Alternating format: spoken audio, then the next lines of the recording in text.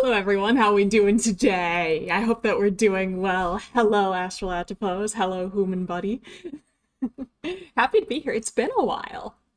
Actually, I don't know if it's actually been all that long. It feels like it's been a while, and I can't explain why. I think so recently it's been finals week at the university that I work at, and that has taken all of my mental energy, and I don't know what I'm doing with my life anymore.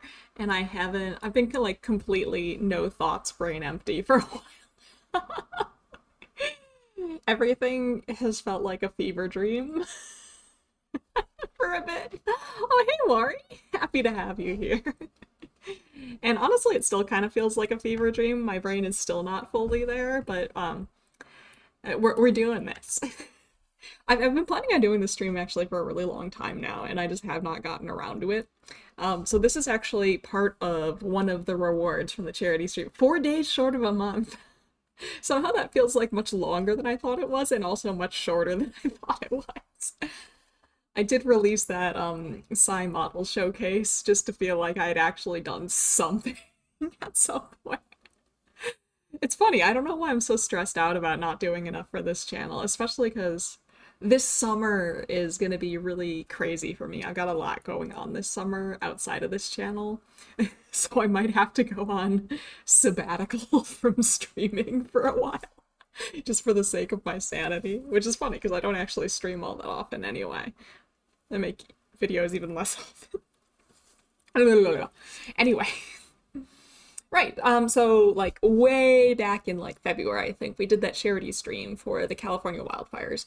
And one of the rewards was that I would do a full APA paper and study and stuff for some question of chat's choice. And I think chat couldn't really figure out what we wanted to do. So we ended up doing something that I kind of wanted to do for a while now.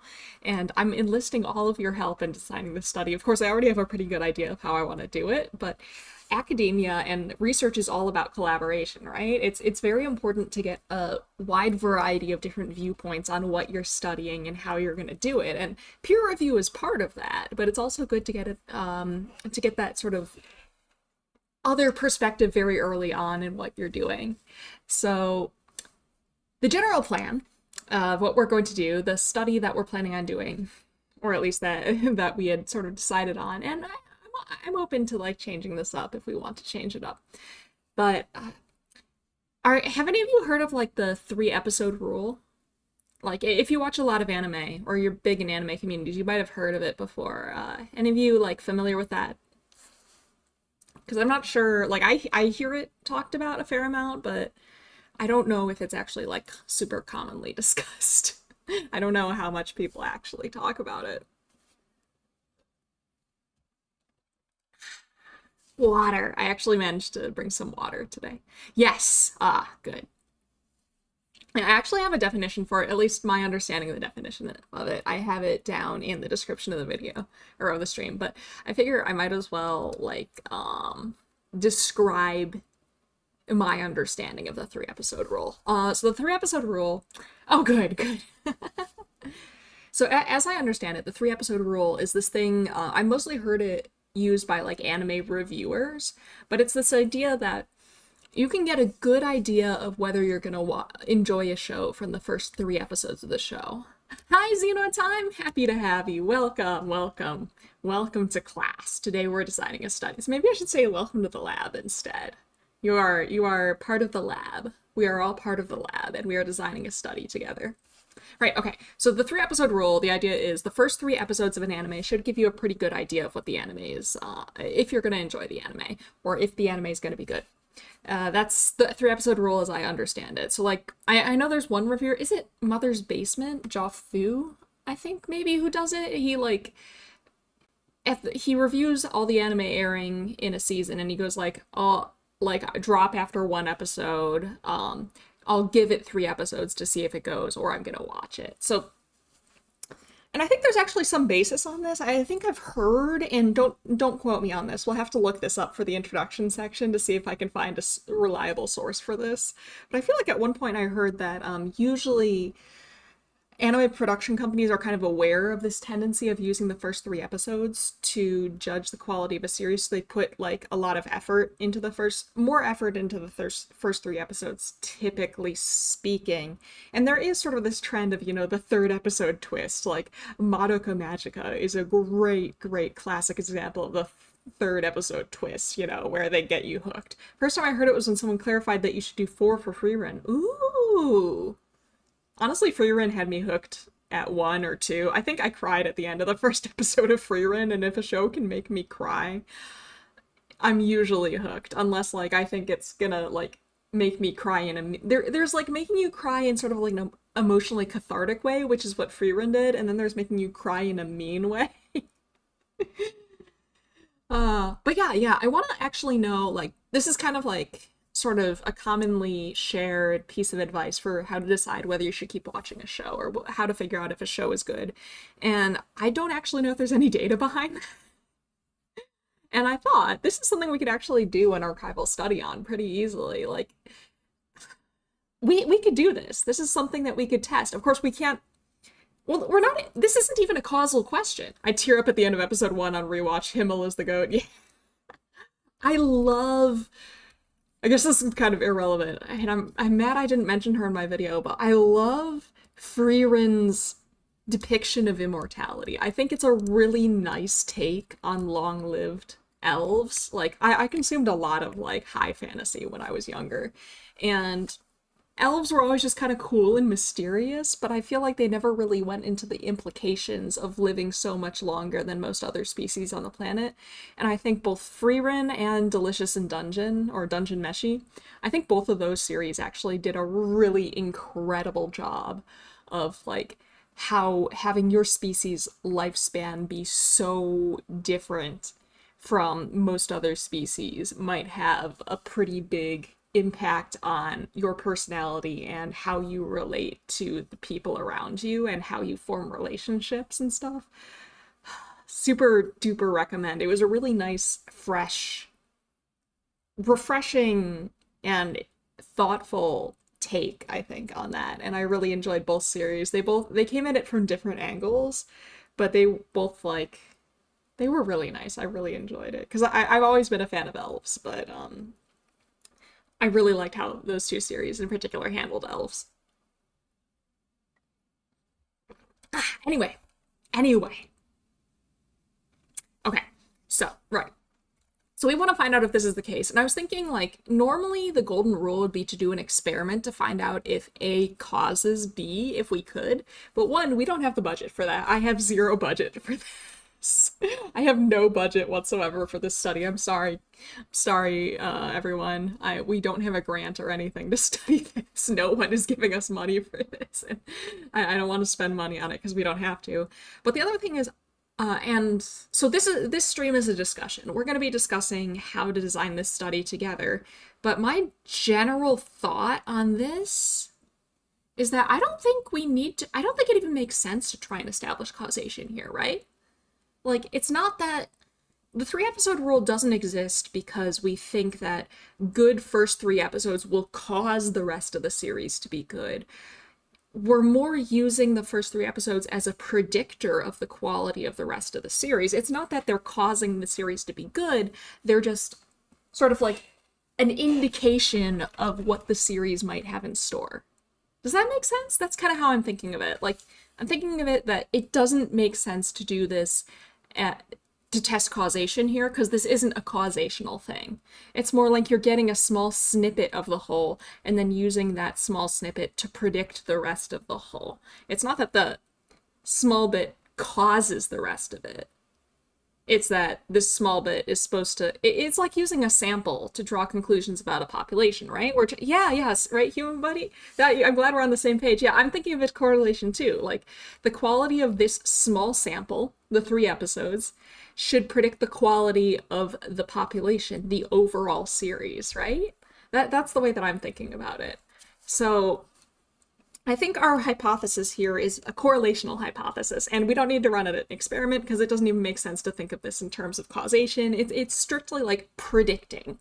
We're making some sort of prediction. So correlations can be used for a lot of things, but this is more the prediction sort of thing. So I guess we're treating it more like a regression. In statistics terms, we usually think of regression as predicting. Given the rating of the first 3 episodes, we should have a fairly accurate prediction, ideally, of the overall quality of the whole show if we watch the whole show. So the quality of the first 3 episodes of the anime should predict the overall quality of the anime. A regression. Yeah, it's called a regression. Regression's my favorite type of statistical test. Ironically, I never did a lecture stream on regression. I should do that. I haven't created a good lecture on regression yet, but regression is my favorite statistical test because it's just so gosh darn flexible. You can do so much with it. Wait, Maury, are you? I'm sorry. I'm sorry, everyone. For context, I think I mentioned this on my last stream. I binged Omniscient Reader's Viewpoint, the manhwa, the webtoon, and Maury's a friend of mine. Let's put it that way. I don't know how to describe, but anyway, I convinced, I lovingly bullied Maury into reading or Omniscient Reader's Viewpoint as well. And the word regression is a very important part of that. It's my favorite way to survive it wouldn't be my favorite way to survive the apocalypse. It sounds like a miserable way to... Anyway, this is not an Omniscient Reader's Viewpoint stream. One day I'll do one of those. One day I will have my lovely essay on Kim Dokcha and avoidant attachment styles. But today is not that day. Anyway, I'm talking regression as in the statistical test regression. Right, so our hypothesis is that the quality of the first 3 episodes of an anime should predict the overall quality of the anime. So I think actually, right now, let's start with our method. Oh, that was the... Okay. Okay, so part of our method, things that we need to consider. I think the way that I was thinking of this, like I said, I have a kind of idea of how I think would make most sense to study this. It sounds like a good statistical task as well. It is. It's delightful. Anyway, okay. So I was thinking of doing an archival study. So an archival study is a type of study. It's a correlational study, which is fine because, again, we're looking at a correlational relationship, right? Like, does this predict that instead of does this cause that? We just want to know if these two things are related. So an archival study is a study where you don't run an experiment or you don't send out a survey. We're using pre-existing data, and that's broadly defined. Hey, Fi! Hello, how you doing? We're designing a study. All right, so yeah, archival studies, you're not going out and generating your own data. You're getting data that already exists. And when I say already exists, that's kind of broadly defined already exists. This can be literally, I get a data set that somebody else has collected from another paper or something like that, and I do my own analyses on it. But it can also be just any data that exists out there, like census records or records of marriages or births and deaths. It doesn't have to be, it can be speeches, it can be books like Google Ngram and stuff like that. It can be search volume, what terms are people searching and when. It can be just what types of comments people are making on social media. It can be all archival data is a super duper broad category, and archival studies are a really broad category. And I think that's what makes the most sense here. Because again, we don't need to do an experiment because our hypothesis isn't that one thing causes another, it's that one thing predicts another. So we don't need to establish causation here, and it doesn't even make sense, I think, to establish causation for this question. We could do a survey. we could do a survey and ask people, like theoretically, hypothetically, we could ask a whole, like randomly select a bunch of people and ask them to watch the first 3 episodes of a randomly selected anime, have them rate each episode on a scale of 1 to 10, and then have them watch the rest and then rate the overall anime on a scale of 1 to 10. We could do that. Unfortunately, so I don't think I have a big enough audience to pull that off. We also can't necessarily designing, is that like the opposite of autographing? Hello, James, welcome. No, unfortunately not. Unfortunately not. Nope. This is orthogonal to autographing. It's unrelated to autographing in this case. Ah, did I make a typo? Did I write designing? Did I put a space where there shouldn't be a space? That wouldn't surprise me at all. Anyway, so yeah, I was thinking archival data because like sending out a survey, trying to force a whole bunch of random people to watch a show. Maybe if I get super popular, we can pull that off. But with my current audience, I don't think we'd get a good enough sample size. And most of the people who are interested in watching this, or in my content, will probably have an idea of what's going on. And you know, it can cause problems if people are aware of your hypothesis too much. Or you can compare these 3 episodes star with a star rating of it all on the website with enough people, right? Human body, you know what I'm thinking. You know exactly where I'm going with this. Emphasis added by me purely for the joke. Okay. Ah, thank you for the reassurance. I always worry about my typos. I am holding back from going on a tangent because I do think the idea of unautographying something is funny. It's like those things you see, like every once in a while I'll be on Reddit and I'll see a post of like somebody scribbled in Sharpie on the front of this art book that I bought, and they show it like half wiped off and the subreddit goes wild because they're actually like erasing the signature of like this creator or something. Maybe that's de-signing. Anyway. Right. But yes, Human Buddy. I was thinking we could go archival. So, what I was thinking is there's this website, and some of you may be aware of it, others of you may not, but it's a website called My Anime List. And My Anime List lists like almost every website, or like almost every anime that's ever been created. I imagine it probably doesn't have all of them, but it has a lot of them.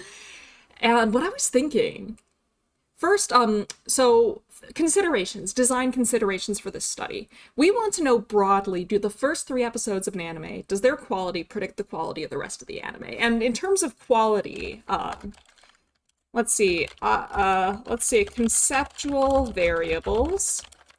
Our predictor variable is quality of the first 3 episodes, and our outcome variable is quality of the overall series. Now this is a little bit confounded, I will admit, because like the first 3 episodes are part of the overall series. So the variable that we are predicting has some contribution from the predictor in it baked in already, which is not ideal, but I don't think we can necessarily get around that. Unfortunately, like, we're working with archival data. We're working with pre-existing data, and so there are going to be problems with this that we cannot get around. Like, we have to work with what we got, you know. So first, I think the problem is we need to deal with how do we determine the quality of something? And I was thinking of using My Anime List to get the data. So I was thinking we can go to My Anime List for the data. And I did some checking ahead of time. And what I found is, so these are the conceptual variables. It's quality of the first 3 episodes, quality of the other series. This is what we're interested in. But we can't just like take a ruler or a scale to measure the quality, right? So we need some indirect way of measuring the quality or the enjoyability or the entertainingness of these things. And on My Anime List, there is sort of an indirect measure of that. Now, for the first 3 episodes, My Anime List has a subsection. Let's see if we can check out this website.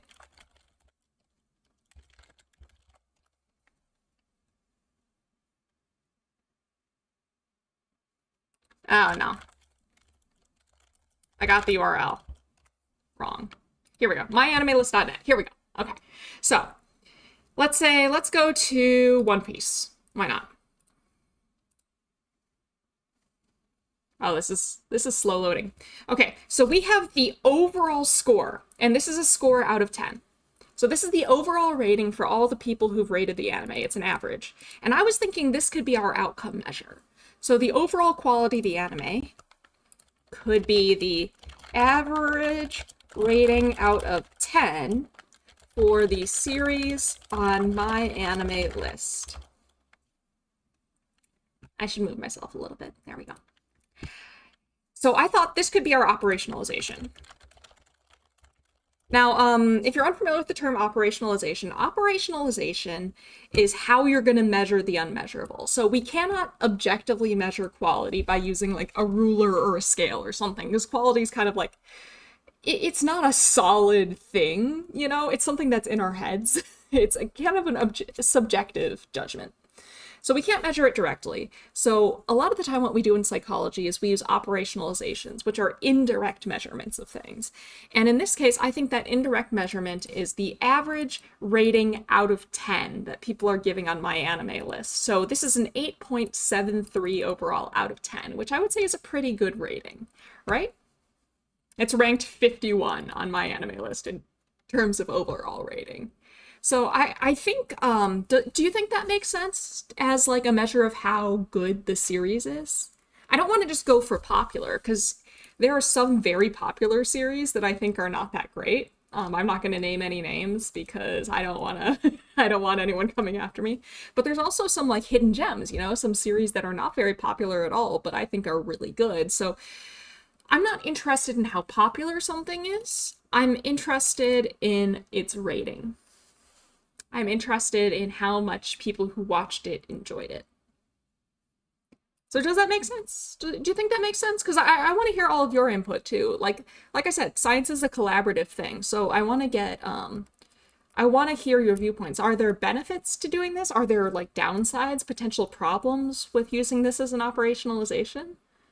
Like Baccano, exactly. How much of an effect on this rating would you say the fact that people are deciding to watch them and rate them? Yeah, that's definitely good observation, James. This is a confound, and I don't think we're going to get away from it. So part of the problem with this, now people use my anime list differently. So I'm the type of person who on my anime list, I will only rate a series if I have watched the entire series. So my average rating on my anime list, I think, is like a 7 out of 10. And that's not because I tend to be like very generous in my ratings on my anime list. It's that I only rate series that I finished, and I drop series that I don't like. Hey, Scarling! How you doing? Welcome, welcome, welcome. We're designing a study. But yeah, James is absolutely correct. So that is a confound. It could be that the only people rating this series are people who liked it enough to just watch it until the end. So that's a potential confound. But on the other hand, that should be equally true of all the series that we watch, or that we use, or at least roughly equally true of all the series that we use. If people only rate shows that they've watched all the way through, then that should be true for roughly every show. So that is kind of a problem in that this rating is probably higher than it would be otherwise than the objective actual quality of the show, but I imagine that's a problem for every anime, so it shouldn't be a problem for testing the relationship. But yes, I think there's also a problem here. It could be, and of course different people do this in different ways, so it could be that some of the people contributing to this average rating do not wait until they're done watching a series. In fact, I don't think that, like, for example, One Piece, the fact that this has a rating at all, One Piece is not done airing. It's still going, right? It's still going as a continuous thing. So everybody who rated this has not actually seen all of One Piece in its completed form, right? So this rating is made up, so let's pick a different show. Let's pick, like, Death Note. This 8.62 out of 10 rating for Death Note is combined with people who have watched the entire show and rated it based on that, people who have only watched part of the show and rated it based on that. But usually people who are rating a show either are at least somewhat invested or hate it. There's nobody who's kind of like, meh. for the most part. Length of the series might affect that, even if people only rate ones they complete. Really getting into the weeds. No, that's good though. These are things that we should absolutely consider. The length of the series could affect things. So this is something we should consider. First off, how do we pick the anime? Do we want to exclude certain anime? So should we exclude ongoing shows? What do you think? And there's no right answer to this, by the way. I genuinely want your opinion. Should we exclude or include anime that aren't finished? Exclude, include.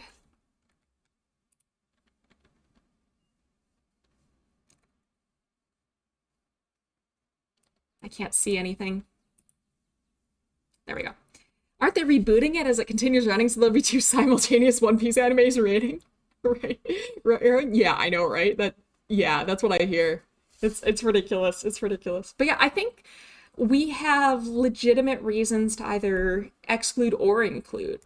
I think, so here's my thinking on it. I'm leaning towards excluding anime that aren't finished, if only because the quality of the overall series can only really be determined when the overall series is done, right? So like if we want to say the first 3 episodes just predict enjoyment on average, we can say that. But if we want to predict like your overall enjoyment of the show, including its ending, then we should get rid of the ones that are still airing. We should exclude those that are not faithful adaptations to the manga or original material. Why? Like, I'm not saying that's wrong. I'm not saying that's wrong that we should exclude ones that aren't faithful. But why? Would that hurt our ability to test our hypothesis? I think there's enough anime that are finished that you don't need to include ones that are still running, but I don't have a strong opinion on it. Okay. I mean, first of all, sampling procedure. First, exclusions. One thing that I'm saying right off the bat is must be at least 1 core or 12 episodes. Hey, Deploy Maker! Are we categorizing anime that are not finished but will most likely never be finished? Like anime that got 1 season but didn't get enough... that's a good question, because there are some shows that will never get another season but their story isn't complete. Let's see, let's think about why we're doing this. So the question here is essentially, is this anime worth watching, right? And can we judge that based on the first 3 episodes alone? I think an anime can be worth watching if it doesn't complete the story. So in that sense, I think like anime that only get 1 season and never end up getting a complete story can still be satisfying, in which case this might still be a relevant question. People might have strong opinions about bad adaptations, angry manga fans dropping average scores. That's true. That is a good reason to potentially exclude that, because that is... But then we'd want to... If it's an adaptation, then we'd only want to include anime originals in here, right? Because if the manga or novel, the original source material, could interfere with the ratings of the anime, then to exclude that potential confound, we would want to only include original anime projects. There are a few animes that I'm 100% certain I am coping aren't finished. You know, you never know. Every once in a while, like Bleach went a long time without a new season, and then 1000-Year Blood War came out, right? I think exclude, even if it's good, is just so hard to compare. My reasoning, a show that has a different story than the one made by the author will have 2 audiences, those watching the adaptation and the original. I see. So first off, it looks like we're leaning towards excluding unfinished anime. So I think, unfinished. By unfinished, do we think currently airing? Or are we meaning just the story's not finished? It's not a complete story. Because part of the thing that we also have to conclude is practicality. Like, will it be a pain in the butt to search down this information to figure out if it is an adaptation or how the adaptation was received by the original fans? Or is this the complete story, or was that an anime original ending, or that kind of thing? That's another thing, because like this isn't just about like, are we designing the best possible study that we can? It's also about, are we designing a study that we can actually complete? Those are 2 things that we need to consider, and those things are often in conflict. Often the perfect study is impossible, and the possible study is woefully imperfect. So, first of all, we're definitely excluding unfinished anime. Let's say maybe dormant. Like if it's been 5 years and no news, it's probably dead. Unfinished. Okay, so we're excluding unfinished anime.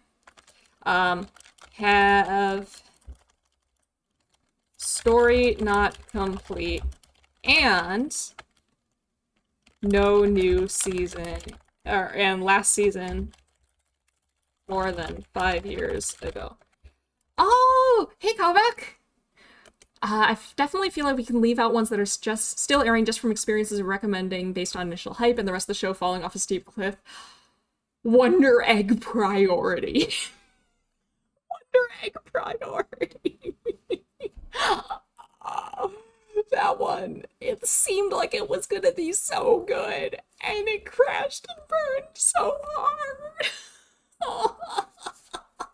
I believe if the manga is done, then it's fine if the anime is not complete, but that's something dependent on the people adapting them said they would be faithful to the original material. Yeah, I think here we're just looking at whether this actually predicts the overall anime. I want to leave the manga out of it because I feel like that's a separate study.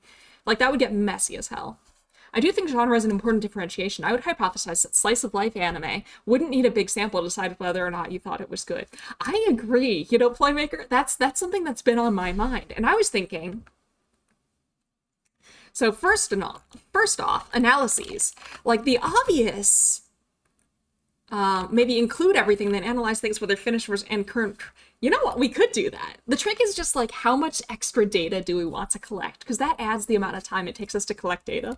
I like collecting more data, but that also means it might take us a very long time to get a usable data set. Okay, so I do think, so the simplest form of this is just testing for a correlation between the average rating of episodes 1 through 3 and the average overall rating. So that's the simplest form. Now, one thing that's been interesting to me, exploratory. So I mentioned this on, I think, Twitter, but there's another thing that I want to look at. I want to see if you really need 3 episodes. Is 1 episode enough? So I want to do a regression, a stepwise regression,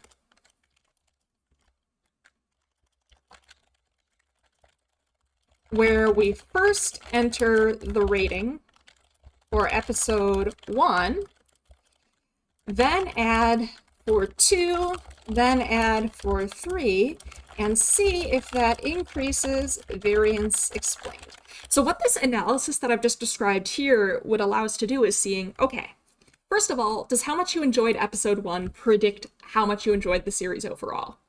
And then after that, does adding your enjoyment of episode 2 bring you any more confidence in how much you enjoy this? Like, essentially, this would allow us to determine if you need 3 episodes to determine if a series is going to be good, or if you could get that same benefit with only 2 episodes or only 1 episode. I really want to do this to see if, like, do we need the 3 episode rule, or is the 2 episode rule, or even the 1 episode rule enough? Is there any additional benefit to watching episodes 2 and 3? So I want to do that. But putting aside that, control variables. So these are things that we aren't necessarily interested in, but we do think they could potentially affect the outcome. So I think one thing that y'all mentioned is status, which is finished or incomplete. And I think let's put this as the story overall. Like, does this anime tell a complete story, or does it end on like a cliffhanger, or are there still unresolved threads? Another thing was the Ploymaker mentioned is genre. And let me tell you, my anime list, as somebody I've analyzed some of my anime list data before, and it has a lot of different genres, and things have multiple different genres. So what I'm thinking is, rather than genre, we do, is this episodic, or is there an overarching story? So like it are like can the episodes stand alone? So like a lot of rom-coms, the episodes are episodic, but there is this sort of overarching plot of like will they or won't they? But there are things like, Nichijou or Azumanga Daioh or Sayonara Zetsuba Sensei. I'm showing my age. But they're more episodic where like each episode is its own thing. And I think that also really influences that. So rather than just overall genre, because there's so many genres and most shows have multiple genres, I think whether each episode is standalone or if it's serialized. I'll have to look up the exact meaning of serialized, but I think okay, so I would like for some clarification based on this example. Tokyo Ghoul has been deemed a must-read manga. If people who rated the anime was good, even if it was different, what are your thoughts? Yeah, I think that's a great point. And I do think that's potentially another thing to look into. I haven't thought about how we would do that, but Tokyo Ghoul is a great example. I was a huge fan of the Tokyo Ghoul manga. And I really actually I loved the first season of the anime. I actually thought the anime did a great job in addressing some of the pacing problems in the manga by some of how they rearranged their arcs and stuff like that. But the second season was a freaking disaster. And I don't know, maybe if I'd never read the manga, I would have liked the second season more. So my experience with the source material absolutely did influence my perceptions of Tokyo Ghoul season 2. And I know there's other cases of that where like if you've read the source material, the adaptation sucks, but if you haven't read the source material, you love the adaptation. So Scarling, I do think that's an important point. I think based on the practicality of collecting this data, I have yet to get the My Anime List API to work, which would allow me to scrape data directly, which means I'm probably going to be manually entering this data into a spreadsheet. So rather than analyzing at the individual user level, which would have allowed me to, account for, does this user also mention having read the manga on their account? That would be, like, if I could scrape the data, we could do that. But I think I'm planning on doing this at the series level rather than at the individual level. And at the series level, there will be people on there who have read the manga, but there's also going to be people on there who haven't read the manga. And we're just going to have to chalk up, like, are they an original fan, the quality of the adaptation? I think we're just going to have to chalk that up to sampling error in this case. Aside from rom-coms, Cowboy Bebop is like that, yes. Our MAL ratings from 1 to 10. Overall series ratings on My Anime List are from 1 to 10. Episode by episode ratings are on a scale of 1 to 5. I don't know why it's different. I want the unearned confidence of whoever decided to try and go from season 2 of the Tokyo Ghoul anime into Tokyo Ghoul Re. They were just like, let's just pretend season 2 never happened and assume everyone read the manga. That's exactly what happened. I still cannot believe they went that path. I see. Thanks for entertaining this for me. Oh no, of course. I think you bring up a really interesting thing, and we could potentially do that as a follow. Like if this goes well, if this is well received, and if this ends up being practical, I think Scarling, that's a great follow-up study. Like, does having read the source material, does that influence your enjoyment of the overall show? Like, do people who have read the source material enjoy the show more or less? And if that varies by show, why does it vary? Like, we could look at, well, this show changed the plot. This show had an anime original ending. This show, like did something different. And does that moderate the relationship between having read the source material and enjoyment of the adaptation? I think that's a different study, but I think it's a great idea. I think that's a really interesting question. I got beef with 1 to 10 rating systems. Ooh, do tell. Why for? I'd love to know. Of course, I'm a survey researcher, so I have strong opinions on exactly how many numbers you should have on a rating scale for any given thing. So I'm genuinely curious what your beef with 1 to 10 rating systems is. I want to know.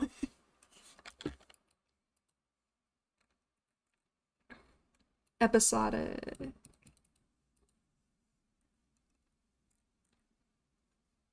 Okay, so it must be at least one core, and we're excluding unfinished things where there is a new season on the horizon.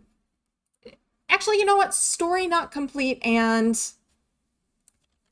no new season announced. Let's go with that. Reading the source material would probably be a boon if the adaptation was good, but a curse if it was bad. Yeah. Yeah, I agree. Some people see a mediocre rating in that system as a 7, and others see a mediocre rating as a 5. Yeah. Yeah. That's the problem. That is a lot of the problem with these Likert scales. Like, one thing that I do like about what my anime list does, is when it's, yeah, no, like, it is an excellent point. And this is a thing, so there's a whole field called psychometrics that talks about the best way to design scales and stuff like that. Ooh.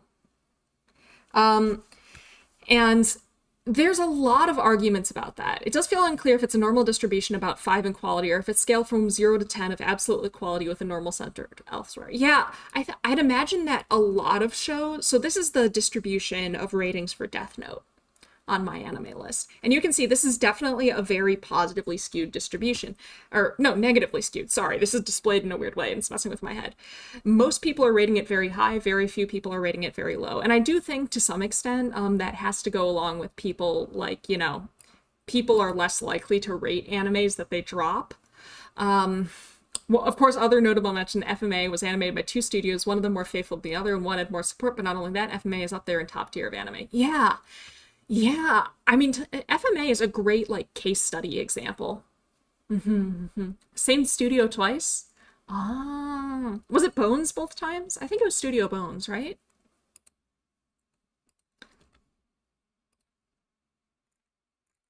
Let's see. Let's look for Bones Redemption arc. I know a lot of people actually really enjoyed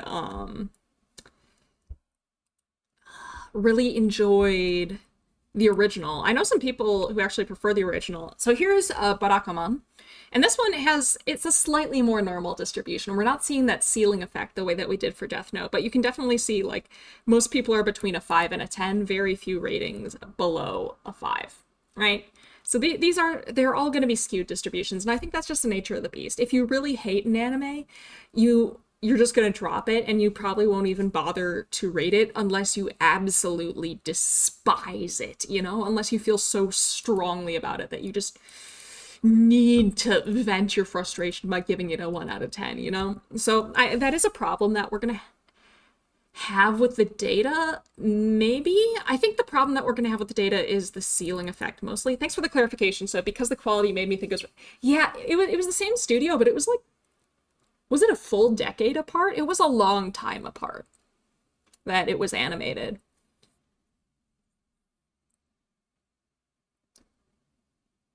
The time it aired is a factor? Yeah, potentially. I mean, animation budgets, like, have increased, norms of the quality of animation have increased, pressure has increased in the animation industry, technology has increased, like, a lot of different things in terms of animation quality.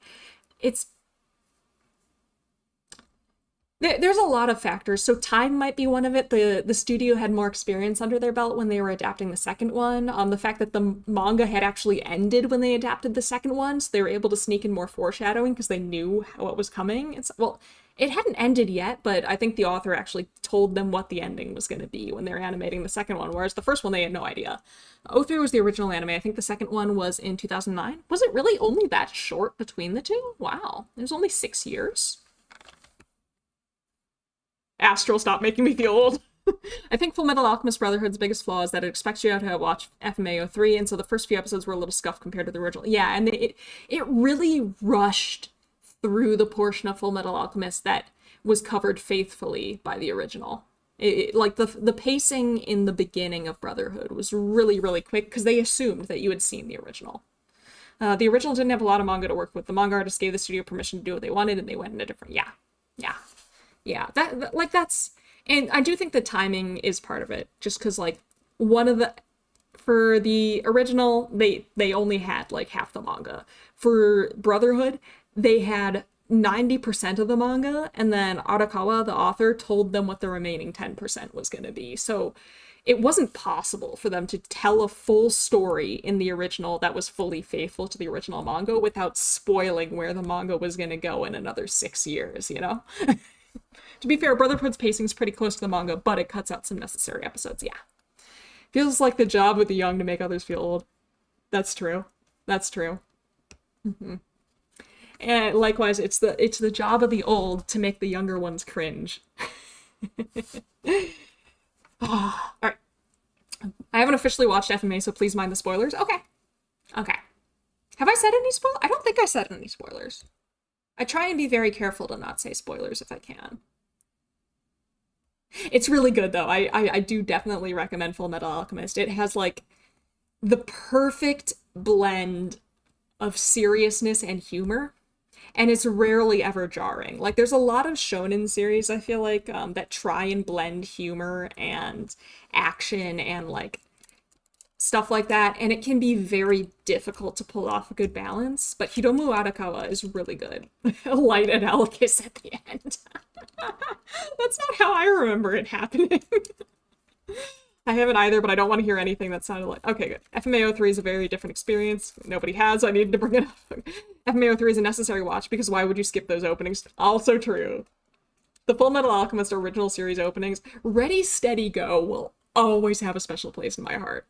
Always, always, always, always, always. Ready, steady, can't hold me back. Ready, steady, give me good luck. Ready, steady, never... Okay, anyway. Let's get started. Ready, steady, go. Okay. Where were we? We were designing a study.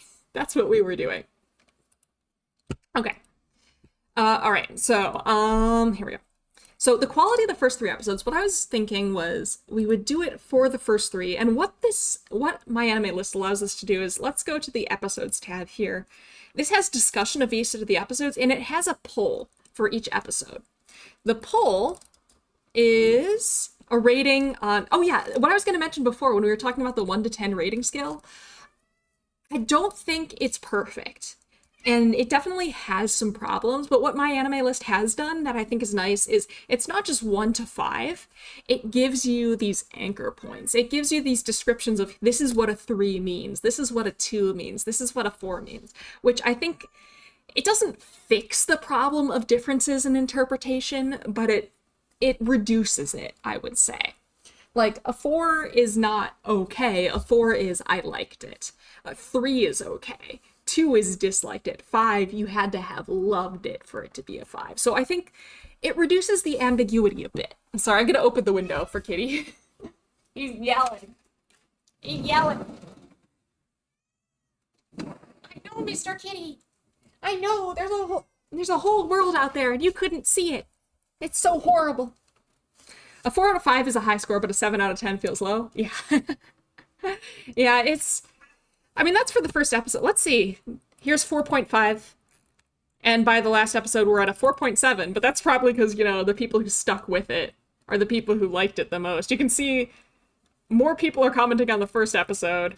Fewer people are commenting on the last episode. So it's a biased sample, especially towards the end. But what I was thinking for the rating for the individual episode is we could use these numbers. Now, these are on a scale of 1 to 5. And the scales for the overall rating are 1 to 10. That's not really a problem. They're just on different rating scales, and they'll have different variability. But if we want to, we can z-score them when we do the analysis so that we put them on the same scale. I mean, 7 out of 10 is less than 4 out of 5. Yeah, maybe unrelated, but has anyone dropped an anime because of the opening or ending? I'm a sinner who skips openings after watching them the first time, so it's not an issue for me. I haven't. I actually really... Openings and endings are... I love them so much.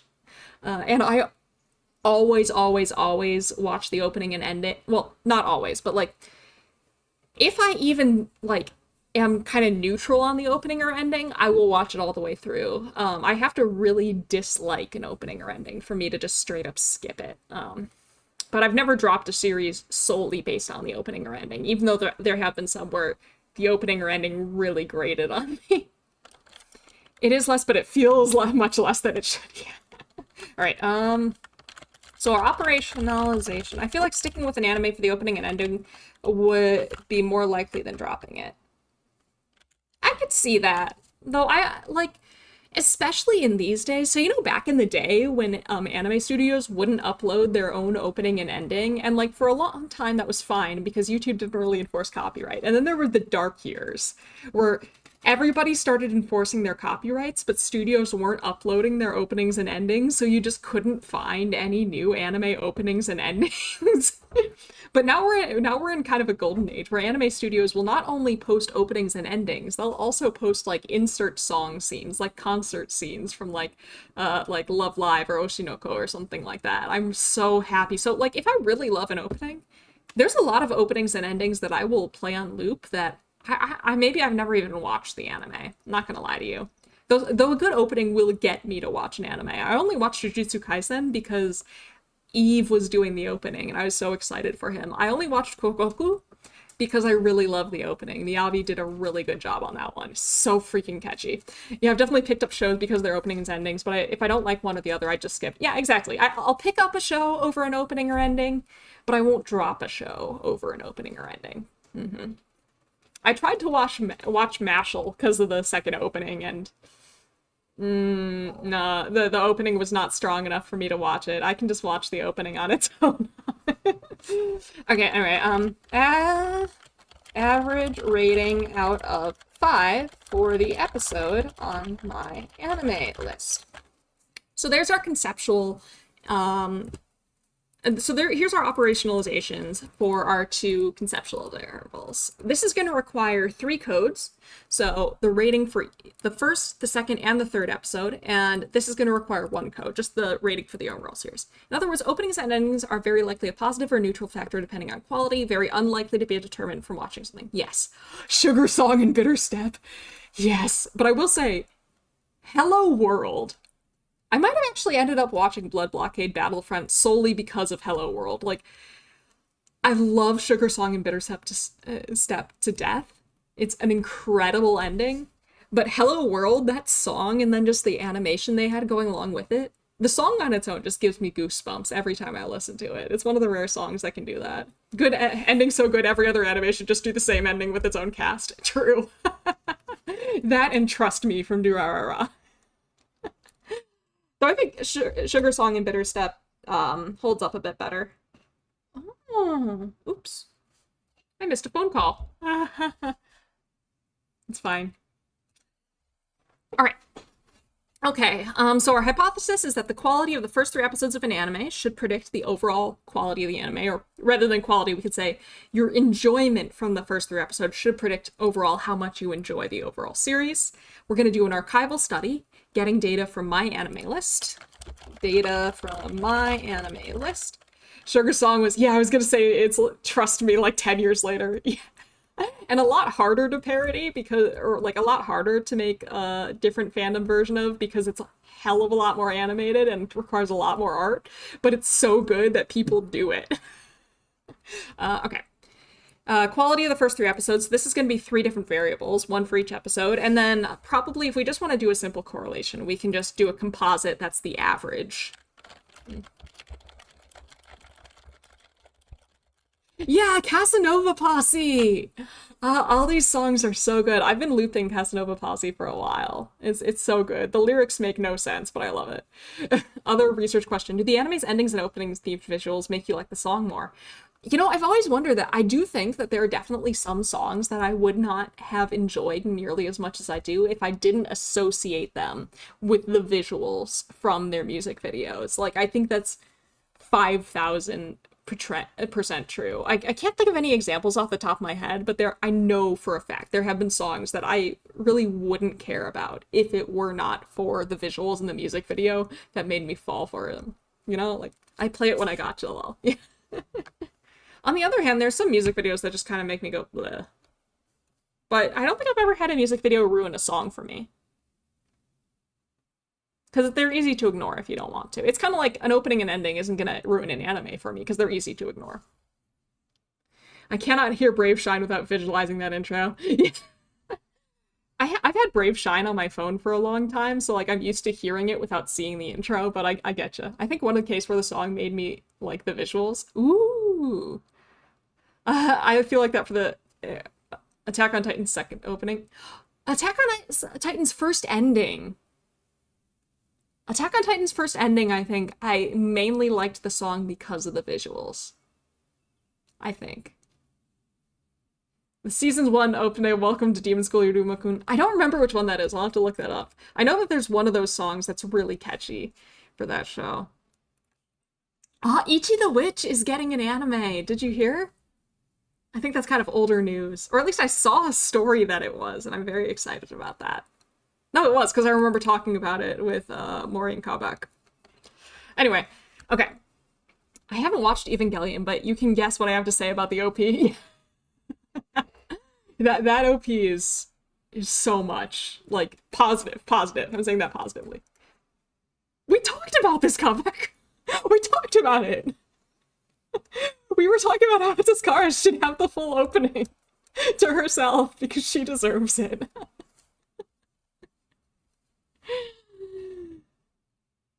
Wait, did we already talk about it? Did I forget? I feel like, did I dream this? Because it does feel soon for an anime to be announced for it.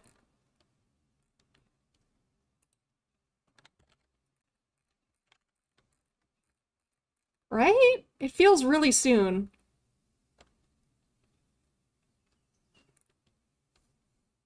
It's a war crime the director's cuts for Fusion of a Cruel Angel Fuses wasn't used. The bongos? What? I have not heard of this.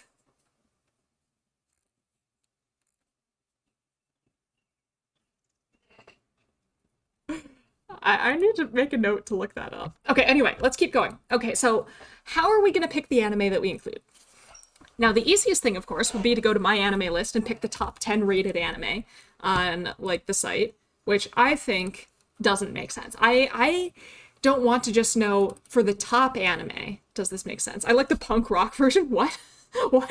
One Piece is so long, I can't imagine how big the whole thing is going to be. I'm seated now so I can read. Can I ask for an overview of the progress we made?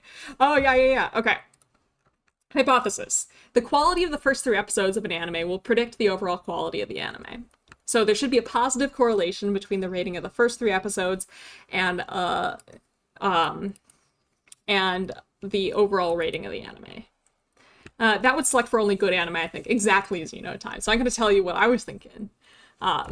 So we're going to do this with archival data, so pre-existing data, by which I mean we're specifically getting data from my anime list ratings. We're going to, for the predictor variable, we're going to go to an anime, and I am going to, probably by hand, go into a spreadsheet and enter the rating for the first 3 episodes of that anime. So episode 1, episode 2, episode 3. And then for our outcome variable, it will be the rating out of 10 from my anime list. Yeah, that's what we're going to do. And we're going to see if there's a positive correlation between those 2 things. Now, the question comes, how do we pick the anime? And we don't just want anime. Can we find the most watched first episodes? Would that be better? I think that also potentially could bias us, though, right? Because then we're only getting the most watched first episodes, right? So what I was thinking... So there's this principle in research, right? And that we use a lot for statistics, and it's a good way to get rid of confounds. So, you know, genre is potentially a confound here. It could be some genres just get higher ratings than other genres, or like some genres, first episode tends to be more predictive of the overall quality than for other genres. Like an episodic one, the first episode's probably similar, right? So... in psychology, what we do to get rid of confounds, well, not get rid of them, but, you know, kind of wash them out so they kind of average out, is we try and get a random sample. We try and get a random sample from the population. So to me, what that means, does the interactions with the show communities factor in the first impression of those episodes? Probably. Unfortunately, I don't know if that's a thing that we can necessarily measure, and it probably is a bit of a confound, because people who are going in here and rating the episodes in here, I've never actually done this. I've never engaged with individual episode rating on my anime list. I imagine it's a very specific type of person who does this, unfortunately. And by doing it, they're probably already engaging with the community, because part of that is there's a link to the forum post, and the rating is right at the top of the link of the forum. So people who are doing these by the episode ratings probably are actually already engaging with the community a bit more and discussing the anime a bit more. And unfortunately, I think that's just something that we're going to have to accept as a limitation to this study. We should probably start making note of our limitations as we go. You know, it's good to keep track of that. Limitations. Limitations. So our sample is somewhat biased. Specifically, we're using people who use MAL. People who rate individual episodes are a specific type of fan.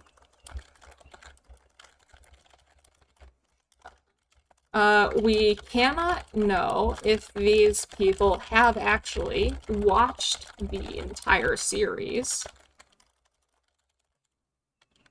And that's what I can think of right now. The problem with picking random anime is that there's a long tail of anime with very few watchers, so you'll pick loads of anime almost nobody has watched, I think. That's entirely possible, yes, time. That is entirely possible. But the thing, and that would be a problem if we were analyzing this at the individual watcher level. In this case, though, we're analyzing this at the series level. So it is true that perhaps there will be more error around our point estimates for the quality of an episode in an anime if it has fewer people watching it, but we don't have any way to compute that error, and that only counts for one observation in our data set anyway, right? We gotta find that anime with thousands of episodes that only one person watched it with a 5 out of 5 episode rating, but the series as a whole is rating at 3 out of 10. I don't think Free Ways to Survive the Apocalypse has gotten an anime more. Here's a weird thing. You would expect that as you add more episodes to the beginning of the sample, you would necessarily get close to the whole series rating, but there's a bit of a wrinkle with that. Yeah, one of the wrinkles is potentially, different animes are different lengths. So for some, the first 3 episodes are a bigger chunk of the overall rating. Others, it's a smaller chunk of the overall rating. And one of the things that makes me feel a bit more comfortable using the individual episode ratings and then the overall rating is that they're actually calculated differently. The overall episode rating is a different rating entered than this overall rating of 8.71 is not calculated by averaging these ratings together. These are different numbers. So it's not like these numbers are used to compute this number. If that was the case, that would be a much bigger problem. It's not as much of a problem, though, because we're thinking that. Whoa, okay, I missed...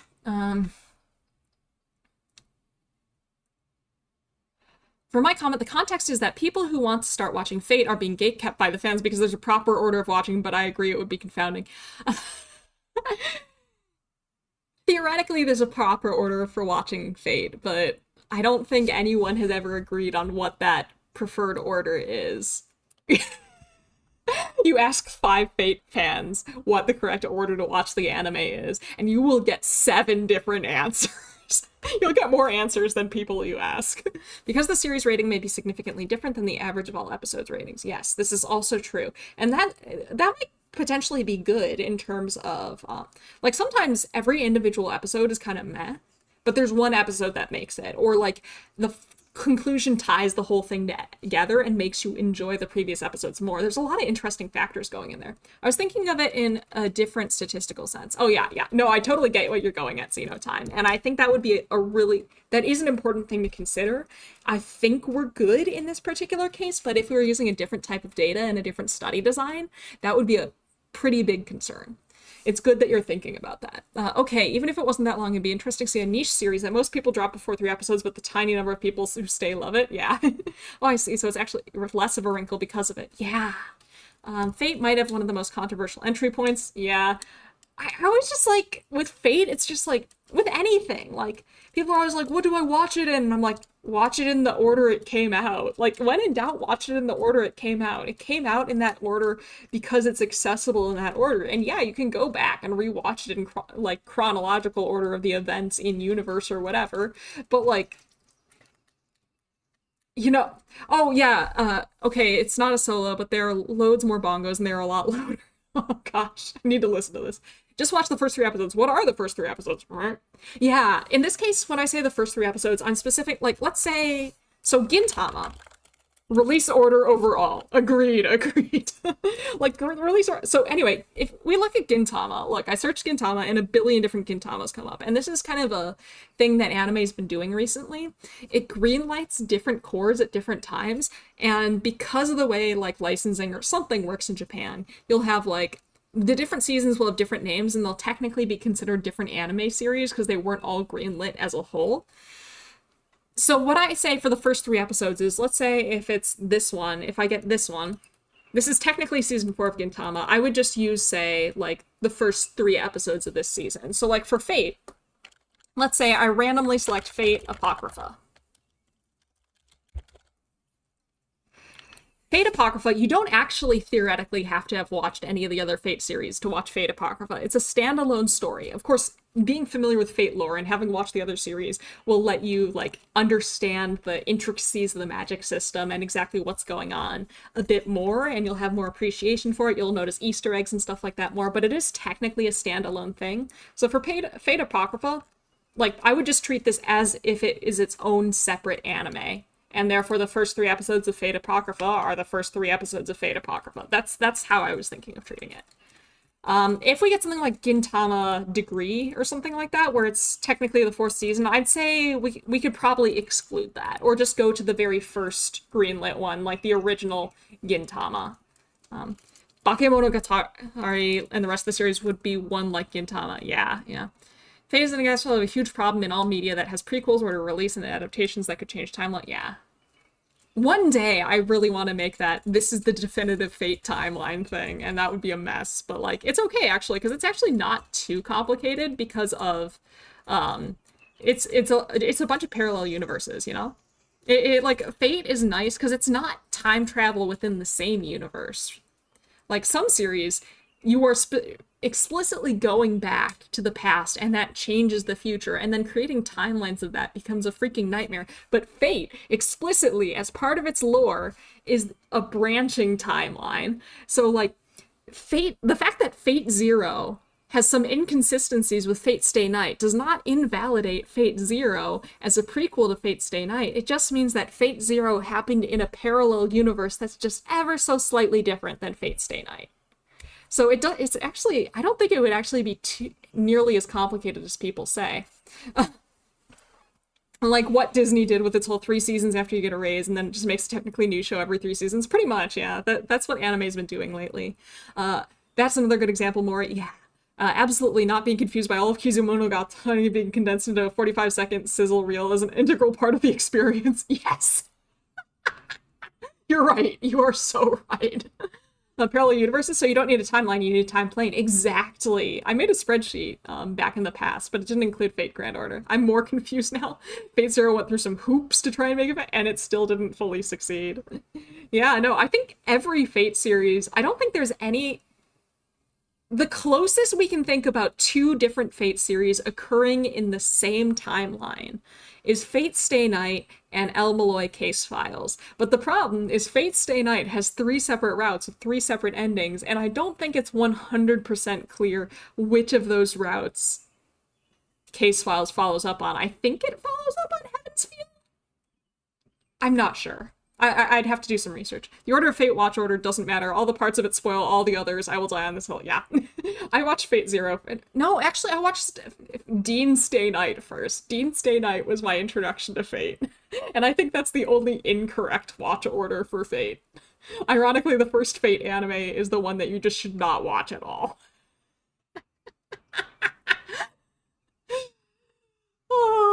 But before we talk about Fate, we first must talk about parallel universes. We can talk about Fate.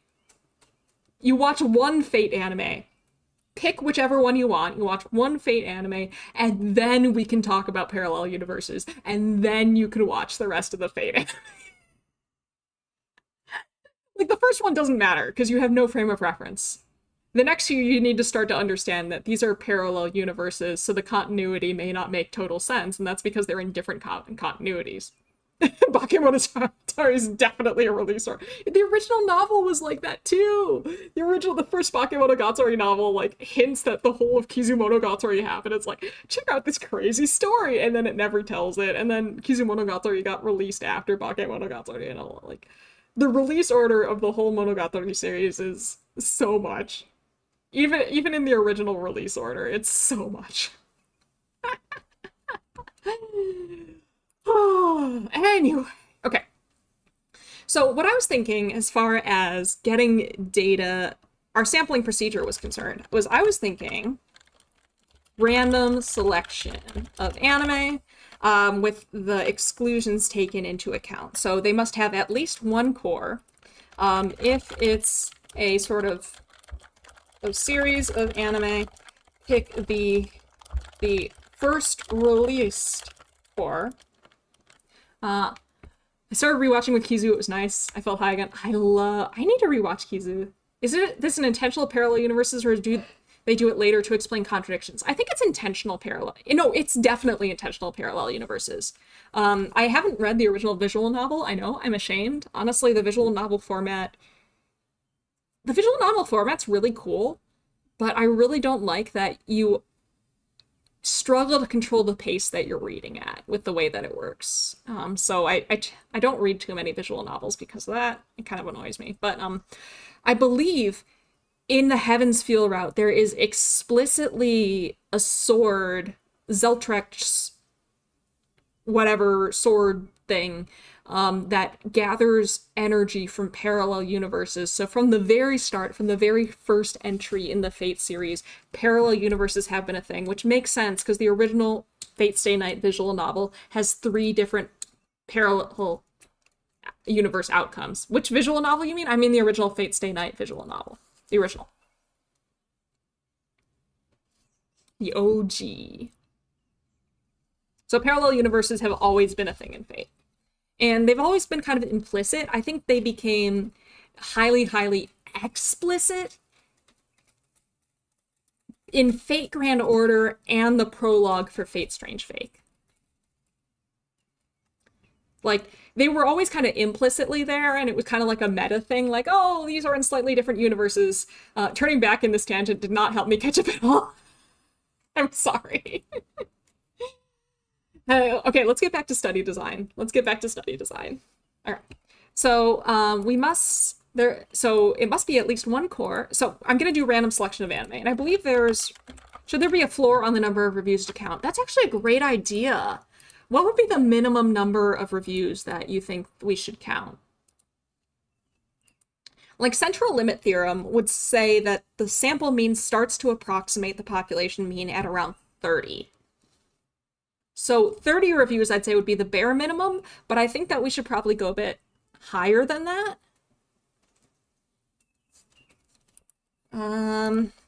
Must be at least one core. Pick the first release core if it's a series like Gintama or Bakemonogatari. It can only be unfinished if the full season is complete and no season is announced. And then maybe, let's say, so bare minimum would be 30, but just to be safe, let's say minimum of 100 reviews for overall series. The by-episode reviews numbers are going to be a lot lower than that, and I think that's just something that we're going to have to deal with. I think that's just something we'll have to deal with, unfortunately. And it's okay. What about the remake? It has that option on Steam. The one thing I didn't like is that I can't restart it. Wipe clean, all advancements are permanent. I haven't played the remake either, unfortunately. Have I played any visual novels or like read any? I've definitely played some like choose your own adventure, like dating sim style games. It's the chatter's job to derail a streamer. That's correct. This is the appropriate use of the stream. Oh, hello, Mr. Kitty. Little kitty's having a good day. Okay. I'd say minimum of 100 reviews for the overall series. And then I don't know what's a realistic number for... Like, it would be nice if we could do minimum 30 reviews by episode.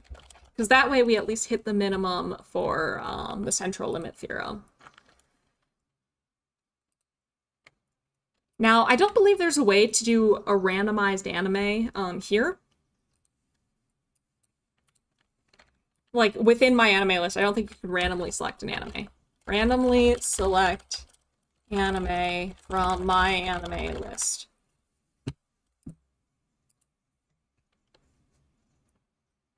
Okay, there's a script for it. Somebody wrote a script, but I don't really know how to implement that. Oh! Apparently there's a website.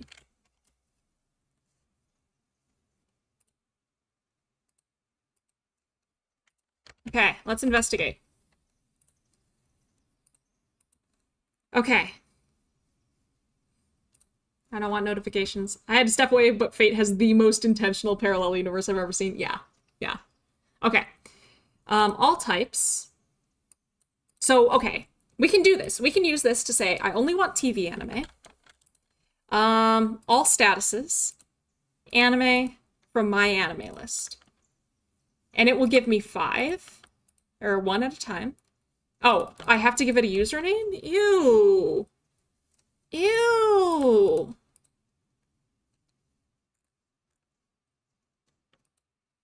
Does this have to be based on... Does this have to be based on an account's list? Should I just find a random user? Because I just want a random anime that's not necessarily from a list or anything. I'm just a small myelin. Just give me a random anime. Quick, let's find a random user. Okay, you. I'm using your username, whoever you are. Don't give me anything weird. I'm trusting you.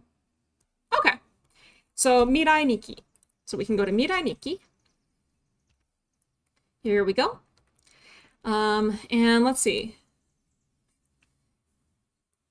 Yeah, it looks like, oh, does it tell us how much this average is based on? It tells us how many replies there are to the thread, but it doesn't tell us how many this average is based on. So I think we're just going to have to use this.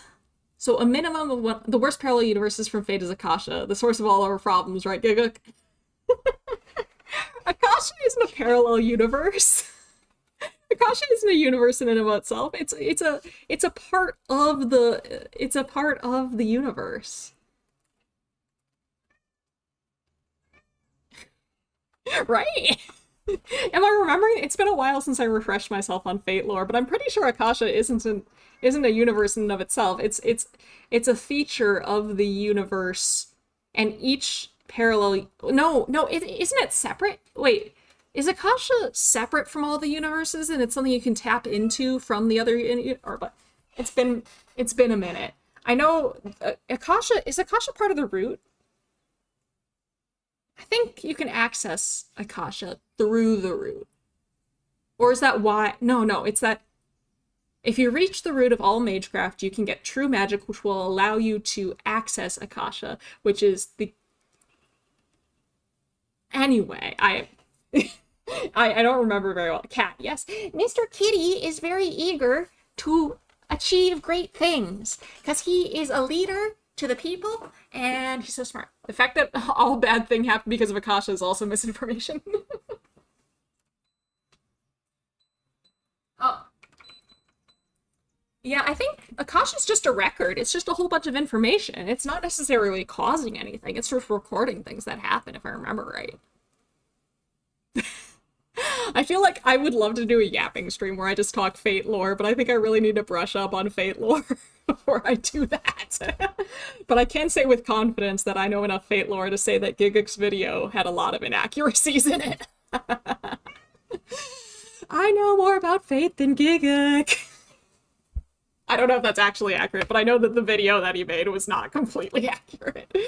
There were a lot of assumptions in there and misinformation in there about things, particularly Fate Strange Fake, which is my specialty in terms of Fate lore. It's my specialization. I did my Fate dissertation in Fate Strange Fake. Anyway, okay. Let's keep going. Okay. So we're going to use... I need to find out more about how randomized series. Akasha's more of a soup in my head. All concepts stripped from there are slip rather. Yeah. Just get a Fate expert to sit on the side and silently fact check, then reveal everything incorrect at the end. Callback? You can do that, right? You're enough of a Fate expert, right? It's like... I know actually Fate Grand Order's English team, I know this because I have had direct contact with them on multiple occasions, but they actually hired a guy specifically to be their Fate lore expert. Like, that's his job, is just knowing Fate lore. Thank you, Kamak. Yes, you can fact check my Fate lore dumps. I believe in you. Your username and profile picture are your qualifications. That is your resume, and you have the job.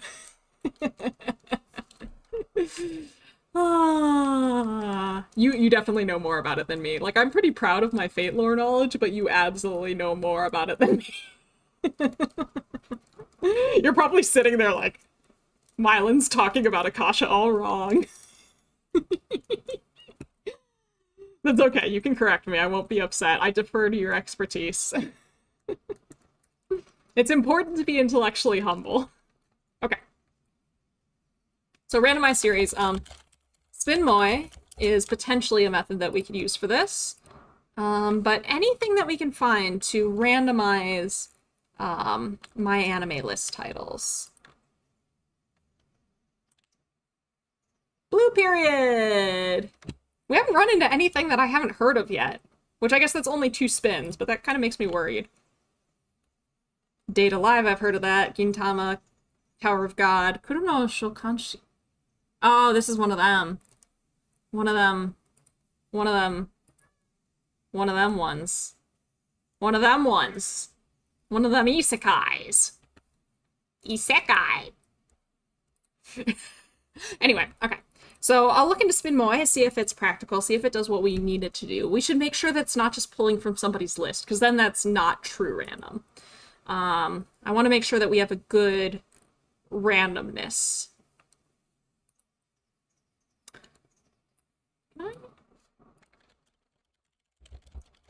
My anime list series. Random anime generator. Kelvin sure is a name. Kelvin. Like the temperature? Oh, is that the name of the... Okay. Does this work, maybe? So this is randomanime.org. Okay, so this allows us to filter, but you don't need it. Okay, randomized list of anime. So we want single entry. Now that MAL got bought, how long will the API be usable? I have no idea. I have no idea. Hello, Dwamerthax. Welcome. Truck-kun packaging system delivering MCs across the universe of MAL. You know, I don't know. That's a good question. I'm really wondering why they bought MAL. I don't know what they plan to do with it.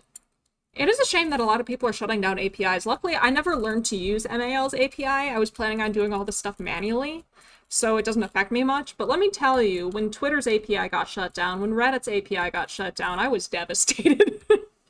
Okay. Okay. We're not going to filter by genre. Is there any additional filter that we might want? Okay. Generate me a random list. Okay. All right. And then we can use this to just figure out what anime we want. Okay. Let's use this one, randomanime.org, to do our randomization. Because I can be sure that unlike the other one, this one is not just basing it on some pre-created list, it's going through all of them, at least as best as I can tell. Like, if we don't do any of the filters, it should be doing all of them, I think. All right, so how do we get the ratings for the series? We already did that. We've already done our operationalization. So the next thing that we need to do is we need to figure out how much I'm going to suffer, by which I mean how many anime do we want for our sample size. And the way that I think that's the best way to do this is we've got to do a power analysis to figure out exactly how many anime we need to have to detect the effect we're expecting. And to do that, we need to figure out how strong of a predictor we think the first 3 episodes are for the overall quality of the anime.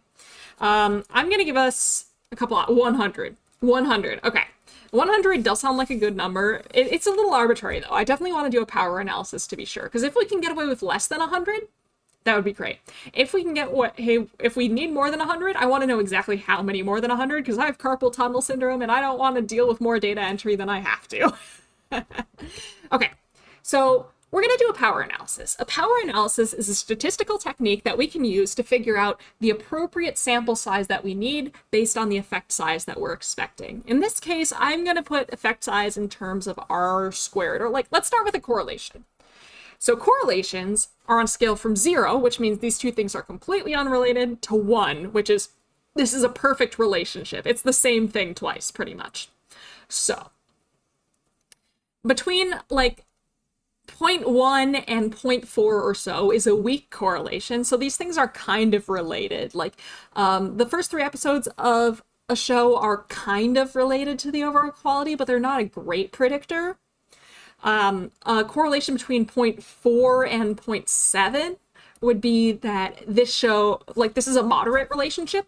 The quality of the first 4 episodes is a pretty good indicator of the quality of the overall series. It's not perfect, but it's pretty darn good. And then above 0.7 is like, this is incredible. These things are highly related.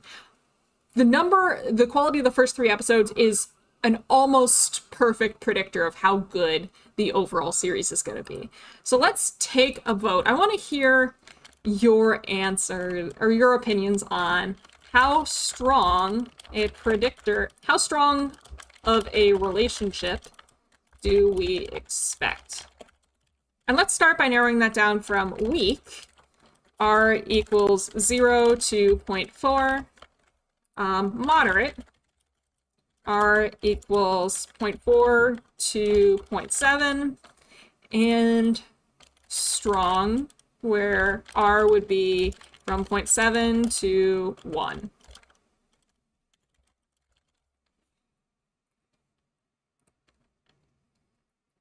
Come on. Let me do the thing. Okay. Because this will help. We need to know how strong the relationship we're expecting is before we can do our power analysis. So weak would be there's barely any relationship between the quality of the first 3 episodes and the overall series. Moderate would be there's a decent relationship, and strong would be like there's an incredibly strong relationship. My personal instinct is somewhere between weak and moderate. I think like it's probably not an incredibly strong relationship. I've seen episodes that have anime that have like banger first episodes that turn out to be incredible, or weak first episodes that turn out to be incredible. I've also seen anime with incredible first episodes that turn out to be awful, or awful first episode. You know, like I've seen. I don't think it's definitely not a strong correlation in my personal opinion. I don't think it's super super weak either though. I'm gonna leave that open just a little longer.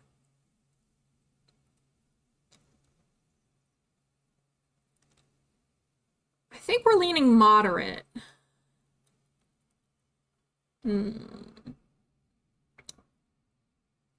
seem to be leaning moderate. All right, I'm gonna give it another little bit, and then I'm gonna close the poll. And after that, we're gonna narrow it down even more because I need to get like an exact number to do our power analysis. I think it's moderate because it might be building expectations of the pacing of the first season and arc. I think that's true. Yeah. Then again, there are other shows like I guess that depends. I'm thinking like I'm so sorry. Hopefully you can't hear the sirens, but if you can, I'm sorry. Is this the correlation class, linear regression class? This is the correlation class. Hey, Water Knight, how you doing? Yeah, right now we're looking at it in terms of correlation. And then I'm going to use the R value for the correlation. I'm going to convert it into an effect size. I'm going to convert it into R squared, and then I believe I should be able to use R squared to do a power analysis to figure out exactly the sample size that we need to detect the effect at a reasonable rate. All right, I'm going to end the poll there. We can, but it's fine. Okay. So I think we're thinking moderate. So let's do like 0.4, 0.5, 0.6, or 0.7. So let's see what y'all are leaning for. This will help us pick the exact number that we want. Estimated effect size R equals R. Where's my R squared?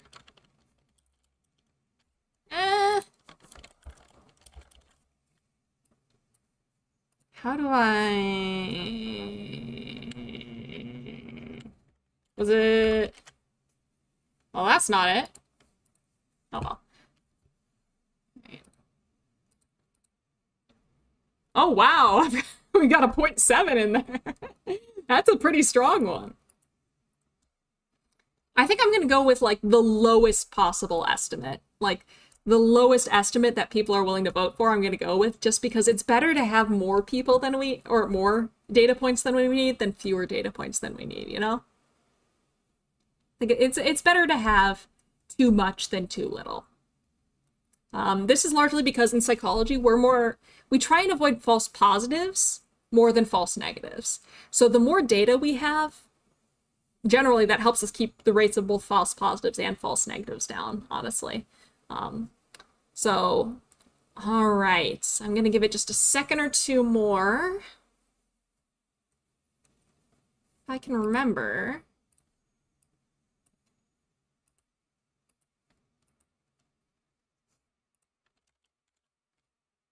I can't remember how to make that a superscript, so that's just what we're gonna do. All right, so we're estimating the effect size at about an R of 0.5.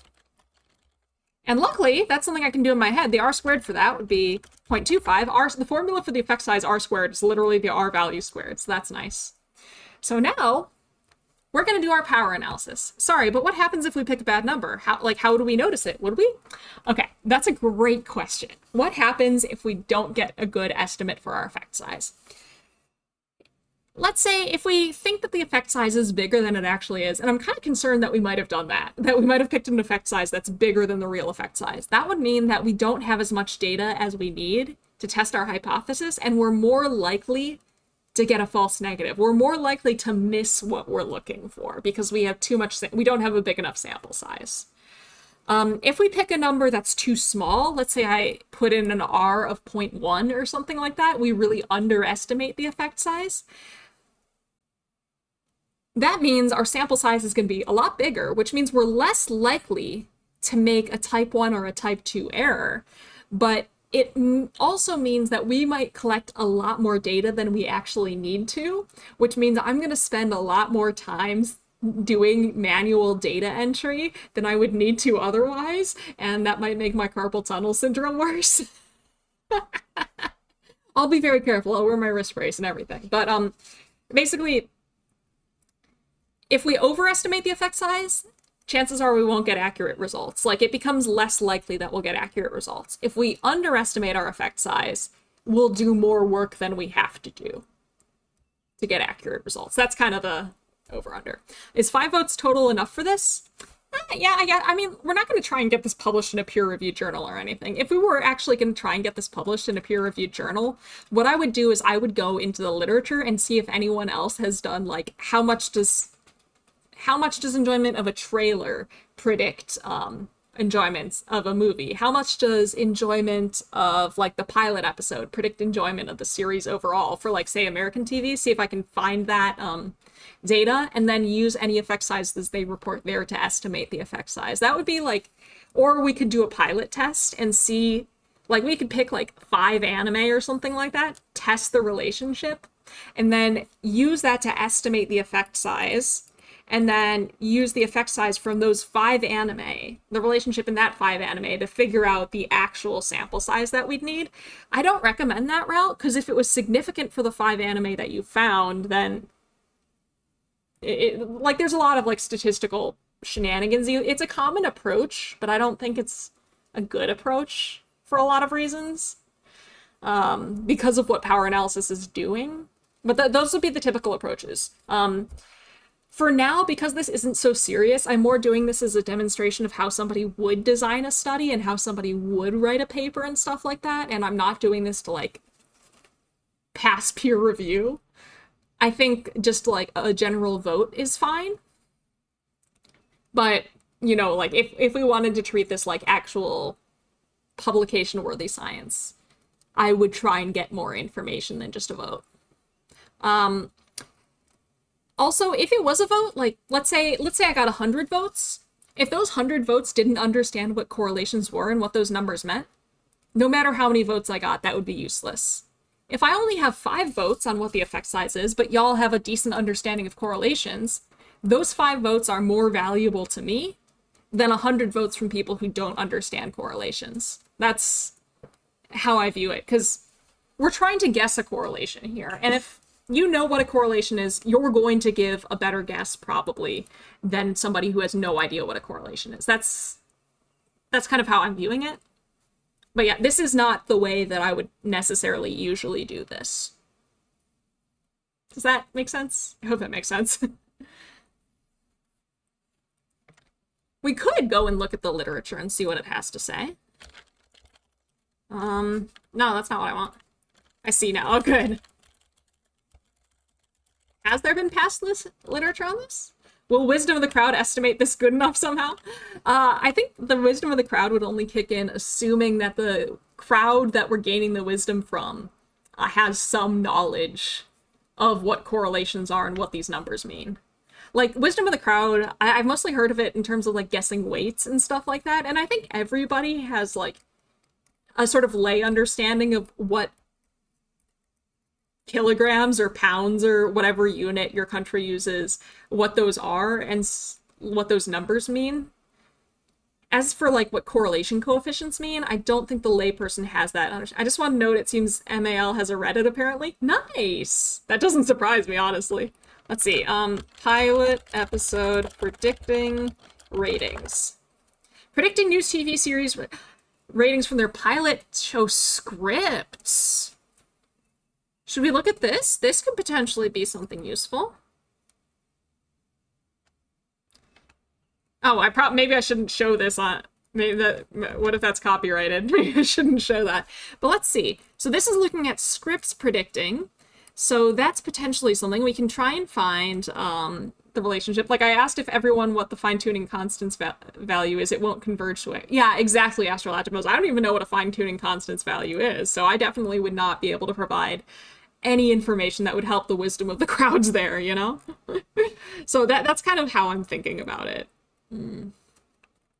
Okay. Oh, they're reporting all this in regression coefficients.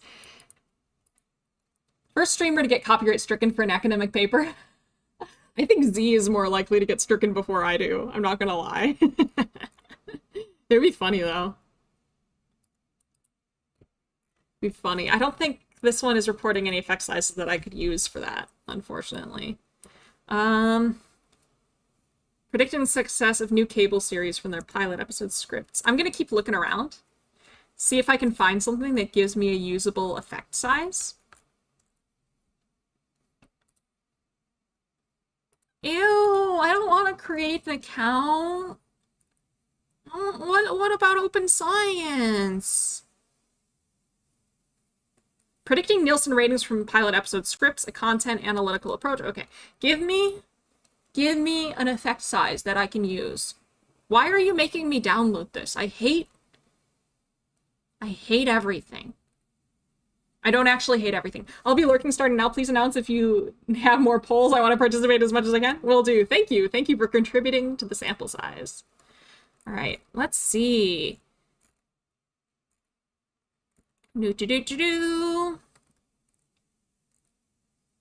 Descriptive statistics results.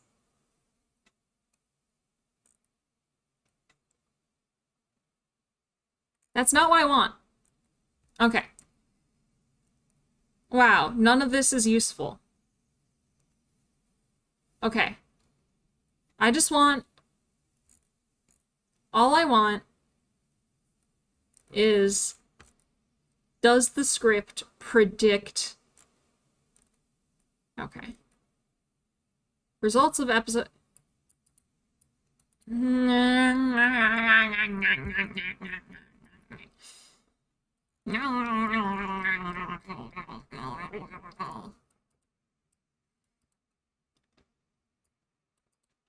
There's a strongly negative coefficient. Originality, track record, and cognitive complexity.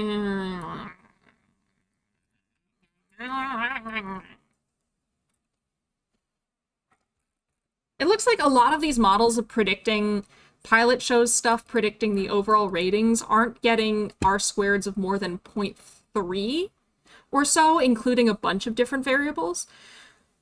we're predicting an R squared of about 0.25, which is less than that, but I think that's actually good. It just kind of defines the strengths of interactions between particles and it's weirdly unitless. Interesting.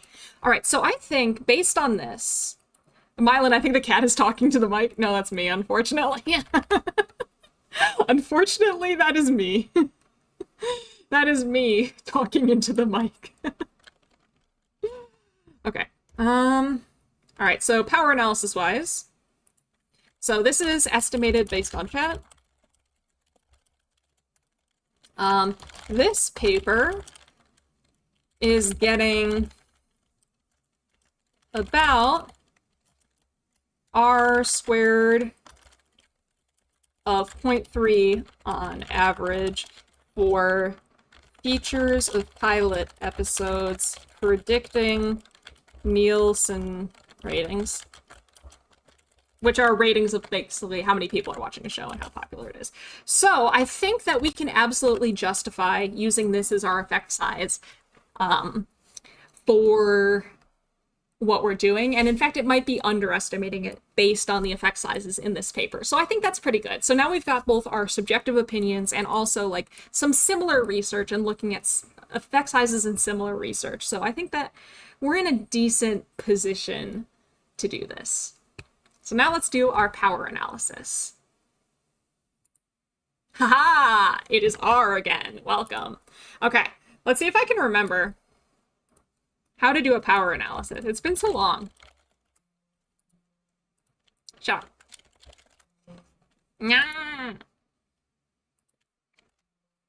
Fine. We're gonna have to Google it. Power analysis R. Okay. So I think there's a package called Power, right? So a power analysis for a correlation. That's what we need. We need a power analysis for a correlation. So, okay. So it looks like there's a package. Install packages. PWRSS. No, don't show them that. They don't get to see that. Okay. PWRSS. Show it. Okay. All right. So here's the code that we need. Here's the code for the power analysis for the correlation. R equals 0.2. I believe this is probably what we're guessing the R would be. Let me look. So no, that's a one-sided test. Screw that. We're not doing a one-sided correlation. Why would we do a one-sided correlation? One-sided tests, one-tailed tests are for nerds and people doing ANOVAs. We're doing a two-sided test like real scientists. Okay, so let's check out the documentation.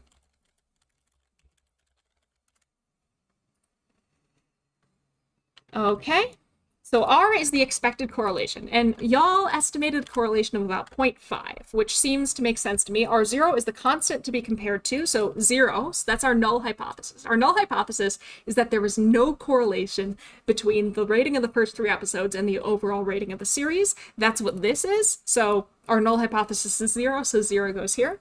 Our power is 0.8. Now, 0.8 means 80% power.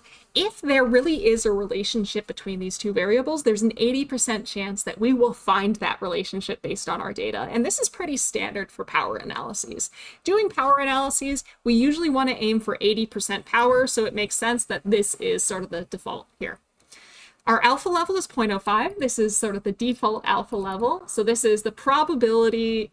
I'm scared to describe it because it's really difficult to describe without getting it slightly wrong. And if you get it slightly wrong, the statisticians will judge you. The alpha level determines whether you reject or fail to reject the null. It is the probability, the estimated probability that you would make a type 1 error, get a false positive based on the estimated population if the null is true, which is very technical, just there. Alternative, direction of the type of test, not equal, greater, or less. So this means we're doing a two-tailed test. I'm allowing for there to be a positive correlation here or a negative correlation here. I do not care. It could be that the first 3 episodes, if you like the first 3 episodes, that means you'll like the rest of the show. I'm also allowing for, if you like the first 3 episodes, you'll hate the rest of the show. So this should run our power analysis. Okay, statistical power for 0.8. We only need 30 people. We only need 30 anime for it.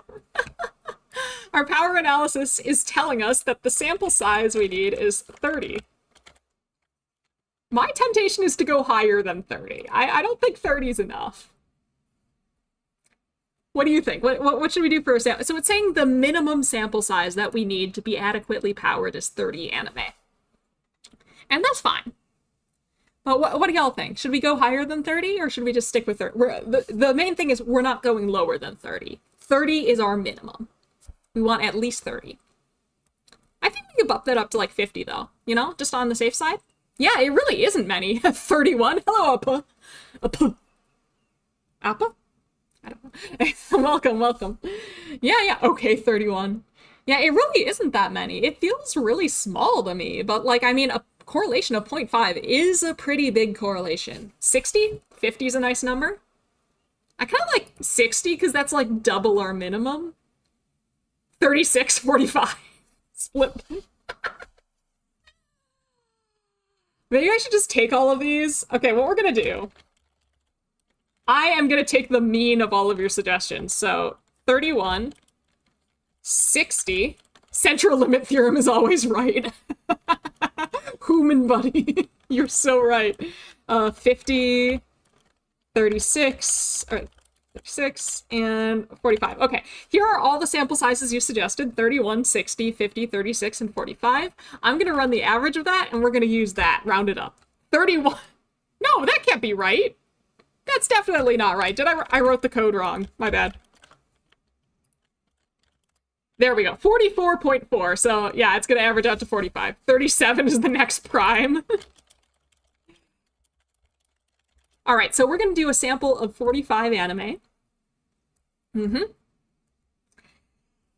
And for that, we need to figure out the variables that we're going to collect. So, you won. You did, Appa.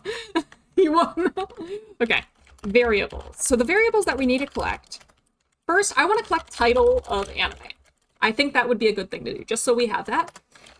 Rating out of 5 for episode 1, episode 2, and episode 3. Then we want rating out of 10 for overall anime. I think another interesting thing that we could collect is the number of people who watched it. I don't think we necessarily need that, but I think it would be a good thing just to have our eye on, right? So like how many people have watched this anime, I think would be a useful thing to know. What were some of the other things we talked about? The status. Whether it's incomplete story or complete. So like maybe it adapted all the source material or like it... I don't know about this one actually.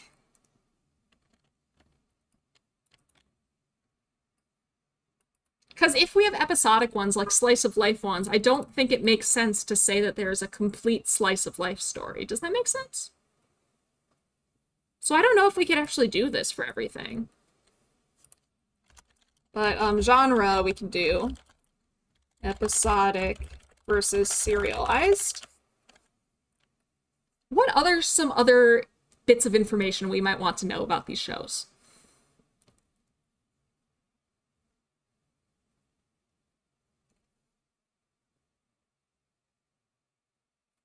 We can also maybe their overall ranking? I don't know. What do y'all think? What do y'all think? What else might we want to know?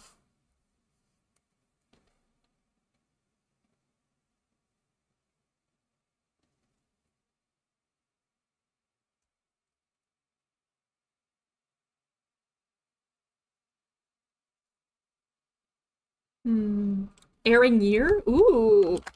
Year started airing. If opening is positive or neutral. That would be hard. Where do we get that data is the trick. I don't know if that's fair. I don't know is also an acceptable answer. Like, maybe this is enough. Maybe this is enough. Maybe this is more than enough. I just want to make sure we're not, like, missing anything obvious that we might want, because then it would kind of suck to have to go back. Total run time. Oh yeah, like total episodes. Total episodes, I think, makes sense. Could do that.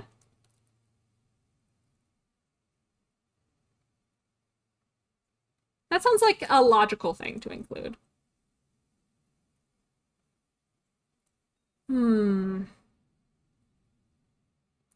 Many openings are officially on YouTube. Uh, hmm. I think that's hard to discern. So I think I'm kind of tempted to leave that out because sometimes it can be very hard to find openings on YouTube. Then there's like how many people uploaded. Is that it? Is it the like to dislike ratio? Is it the number of views? And then if it's the number of views, we'd have to control for the year that the video was up, the date the video was uploaded. I think that's probably a separate question. Probably. That might be something else we can do some other time. I think this is probably fine for now. Let's keep it realistic. So, like, it's always tempting to do a lot, but you'll never get a study done if you try and do too many things at once. So I think this is good. I think what we've got is good. So just to recap, we want to know if the quality of the first 3 episodes of an anime predicts the overall quality of the anime. In other words, does the 3-episode rule work? Does that actually help you figure out whether you'll like a show? We're going to use archival data. We're going to use data from my anime list. Our conceptual variables are the quality of the first 3 episodes that we're measuring as the average rating out of 5 for the first 3 episodes on my anime list. And we can either do this separately with episode 1, 2, and 3, and we can also analyze it as the average, like just the average rating for the first 3 episodes as a single variable. Our outcome variable is the quality of the overall series, which we're measuring as the average rating out of 10 for the series on my anime list. We are going to collect data from 45 anime based on which is a little more than we figured out from our power analysis. In our power analysis, frankly, we were already using a bigger effect size. This would predict an R squared of like, what, 0.09 actually? Or no, wait, what is that? Oh no, 0.3, right? Yeah, the point, so like, we actually probably overestimated the effect size, so we probably didn't even need this many, but you know, more data is usually a good thing anyway. And this isn't enough data that we need to be worried about the crud factor. We're gonna only have anime that have at least one core that's 12 episodes long. They minimum of 12 episodes long. If we pick an anime that's like from a series, like one of the middle seasons of Gintama or something, we only pick the first release core, so the first season of Gintama. If the anime is unfinished, it must seem like there's not going to be a new season. Like, as far as we know, like, it must have the core has to be finished. The core has to have finished airing, and there can't be a new season announced. And there must be a minimum of 100 reviews for the overall series. Question, would Animation Studio be as unnecessary as opening likeness? Ah, that's a good question. I think Animation Studio is actually a really good variable in here. The thing is, there's a lot of different animation studios. And with a sample size of 45, I don't think that we would have the statistical power to deal with as many animation studios as they're going to be. So because Animation Studio isn't central to our question, and because we probably won't have the statistical power to adequately deal with as many anime studios as we will have in our sample, I'm going to leave it on the table for now. But I do think if I had access to the API and we could do, like, just scrape the data, I would absolutely include Animation Studio. Absolutely. I think that's a great idea. Just, it's due to the limitations of the fact that I'm hand entering data alone. If I wasn't hand entering data all alone, I would include that. But because I am, I'm not going to include that. I'm sorry. But I think you're onto something there. I think that is potentially a very interesting thing that we could include in a future study. Maybe if I can get some research assistants or something to help me enter data. All right, and we're going to pick the anime using randomized anime from randomanime.org. We're going to collect the title of the anime so we know what show it is. We're going to get rating out of 5 for episode 1, episode 2, and episode 3, and then we'll calculate the average rating of the first 3 episodes as well. We're also going to get the average rating out of 10 for the overall show, the number of people who say they've watched it on my anime list, the status, whether the story is incomplete or complete, and I'll see if this is plausible based on the anime that we get, because in some it might be kind of ambiguous, especially if it's like a slice of life thing. I'll also collect if the anime was episodic or serialized, so in other words, if it's like a bunch of standalone episodes, or if there's an overarching plot. And then the year it started airing and the total number of episodes in the anime. We're going to do a simple correlation. We'll also do a stepwise regression to see if you need the first 3 episodes or if just watching the first 2 or even just the first episode is giving you enough value and it doesn't actually increase your predictive value by adding the second or third episode. And by doing that, we're also going to control for the status, whether it's finished or the story's finished or incomplete, and the genre, if it's episodic or not. And we could probably also control for things like the total number of episodes and the year it starts airing. Of course, we do have limitations. Our sample is biased to people who use my anime list. For the individual episode ratings, our outcome variable, these are all specifically people who rate individual episodes on my anime list, and they're probably a very specific type of fan, so they may not be representative of the total population. And of course, we cannot know that the people who are doing the overall rating for our predictor variable have actually watched the whole series. There, I think our study's designed. I think we're good. How are we feeling, everyone? This feel like a decent study?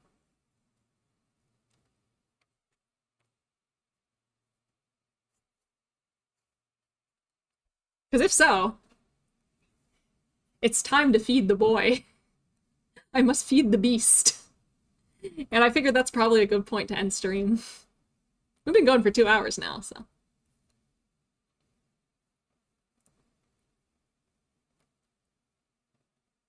Anything. Yeah? Deeply curious?